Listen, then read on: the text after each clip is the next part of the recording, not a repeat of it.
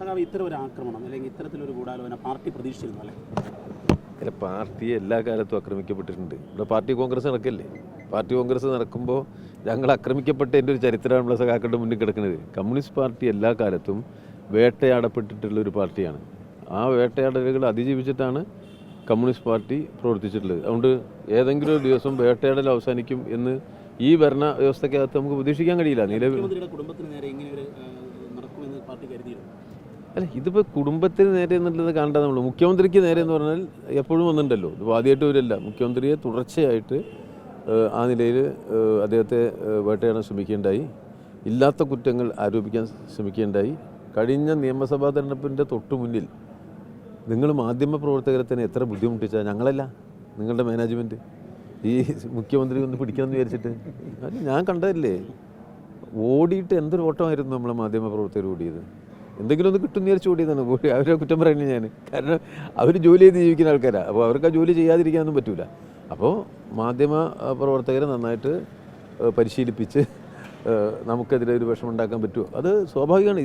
ഈ ഘടനയിൽ ഇതൊക്കെ ഉണ്ടാവും. ഇപ്പോൾ മുഖ്യമന്ത്രിക്കെതിരെ വ്യക്തിപരമായ കടന്നാക്രമണം ഉണ്ടാവും. അദ്ദേഹത്തിൻ്റെ കുടുംബത്തെ കടന്നാക്രമിച്ചുകൊണ്ട് CPM-നെ ദുർബലപ്പെടുത്താൻ പറ്റുമോ നോക്കും. കേരളത്തിലെ മാധ്യമങ്ങളെ ഉപയോഗപ്പെടുത്തിക്കൊണ്ട്, മാധ്യമങ്ങളുടെ എല്ലാ മാധ്യമങ്ങളും ഞാൻ പറയില്ല, പക്ഷേ കച്ചവട താല്പര്യമുള്ള കുറേ മാധ്യമങ്ങൾ ഇപ്പോൾ ഉണ്ട്. നിശ്ചയിച്ചിട്ട് കാര്യമില്ലല്ലോ. കേരളത്തിലൊരു മാധ്യമ മുതലാളി രാഷ്ട്രീയ പാർട്ടിയുടെ പ്രസിഡൻ്റായ കാലം നമ്മൾ മറന്നു പോരുത്. അപ്പോൾ അങ്ങനത്തെ ഒരു കാലത്ത് ജീവിക്കുകയാണ് നമ്മൾ. അപ്പോൾ സത്യങ്ങൾക്കും ആ സ്വഭാവം ഉണ്ടാവും, മനസ്സിലാക്കിയാൽ മതി. അതുകൊണ്ട് ഇത് സത്യങ്ങളാണെന്നില്ല. അന്നത്തെ പല മാധ്യമ വാർത്തകളും പൊളിഞ്ഞു പോകുന്ന അവസ്ഥയിൽ വ്യാജമായിരുന്നു, കളവായിരുന്നു, പിന്നീട് സമൂഹത്തിന് ബോധ്യപ്പെട്ടു.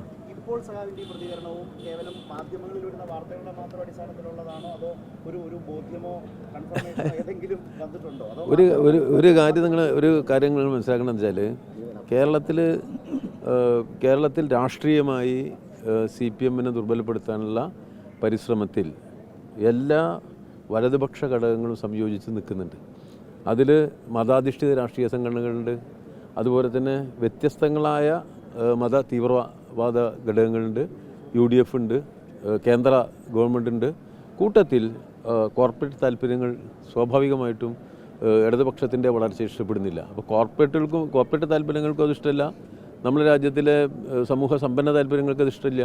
അപ്പോൾ ആ നിലയിൽ വലിയ കടന്നാക്രമണത്തെയാണ് ഞങ്ങൾ പ്രതീക്ഷിക്കുന്നത്. കാരണം മൂന്നാമതും ഇടതുപക്ഷം അധികാരത്തിൽ വരാനുള്ള സാധ്യതകൾ ഏറ്റവും വിപുലപ്പെട്ടൊരു സന്ദർഭമാണിത്.